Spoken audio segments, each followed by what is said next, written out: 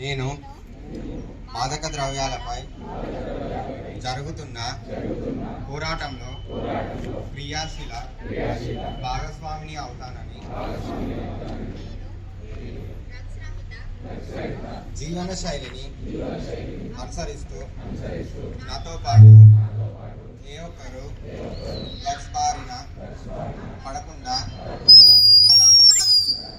కృషి చేస్తానని, డ్రగ్స్ అమ్మకం, కొనుగోలు మరియు అక్రమ రవాణా చేసే వ్యక్తుల సమాచారాన్ని సంబంధిత అధికారులకు తెలియజేస్తానని, నేను డ్రగ్స్ రహిత సమాజమే లక్ష్యంగా సాగుతున్న తెలంగాణ ప్రభుత్వ సంకల్పంలో భాగస్వామిని అవుతానని ప్రతిజ్ఞ చేయుచున్నాను.